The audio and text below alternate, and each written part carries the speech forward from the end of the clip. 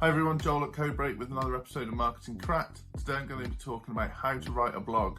So, you're probably getting bombarded by every marketer in the land telling you need to blog. Whilst we're in lockdown, blog every week, blog every day. But you're not a copywriter. What the hell do you write about? And more importantly, what the hell is a blog? So, think of any article online where, it's probably between 400 and 800 words, opinion pieces, tips and advice, that kind of thing. That's a blog. And if you're an expert in your industry, you're probably in a great position to get a blog out like that. And that's a key advantage to you right now. And yet, marketers are telling you, they're ramming it down your throats, but really, it is something you could be doing with a little bit of advice. So, what makes a good blog post? Well, it's got to be engaging. So you've either got to inform, educate, or entertain. Those are the three key things. Either be funny, quirky, offer some insight, or maybe educate people on something they don't know about, or maybe inform people in a way that makes them want to inquire further.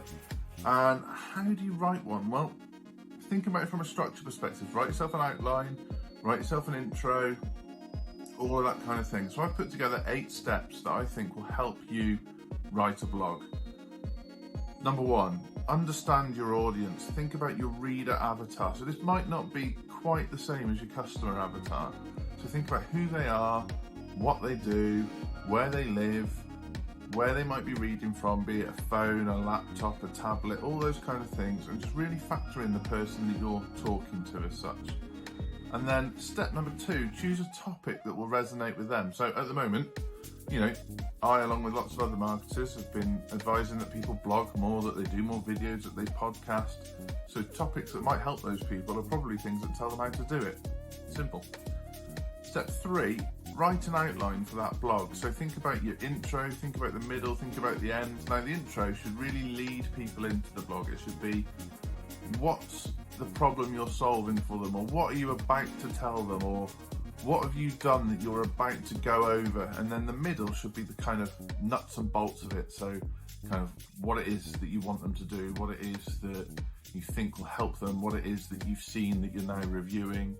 And then the end should remind them of the problem that you served and how you solved it, or the situation that you've seen and what your thoughts were on it.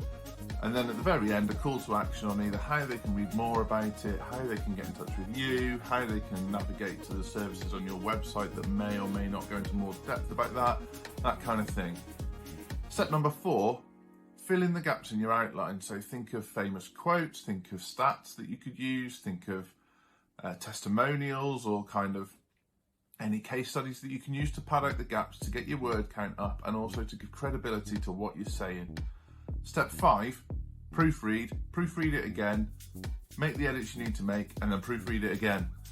So many blogs go out with errors in, almost to the point where sometimes they don't make sense. So just, give it at least a couple of goings over. It will help, and you'll just be in a better position with your blog. Nobody's perfect. Plenty of stuff goes out with a few errors in, but it's just getting the fundamentals right. And then step 6, think about the image that you use with your blog. So often this is called a featured image, and it's the image that search engines pull through in relation to the article too. So make sure it's impactful, relevant to your blog, and kind of attracts the right audience like we were saying before. Step 7, publish a blog and then link to it from other platforms. So think about the popular platforms related to your business. That could be LinkedIn, it could be Facebook, it could be Twitter, it could be Instagram, although you'll have to link from the bio there. Or it could be contacting people and asking them to link to it, and getting backlinks from kind of credible sources, that kind of thing. And then step 8, amplify. So what do I mean by amplify? So you could put some budget behind your blog. You could use paid advertising to drive more traffic to that blog. You could put your blog out on other platforms, third-party platforms, that kind of amplify the message and get it out that little bit more. So think about these steps 1 through 8, and I'm sure you'll have a blog worth reading. Okay, if you'd like to know any more about blogs, don't hesitate to get in touch with me or my business partner Andy. We're currently offering 20-minute free consultations whilst we're all in lockdown.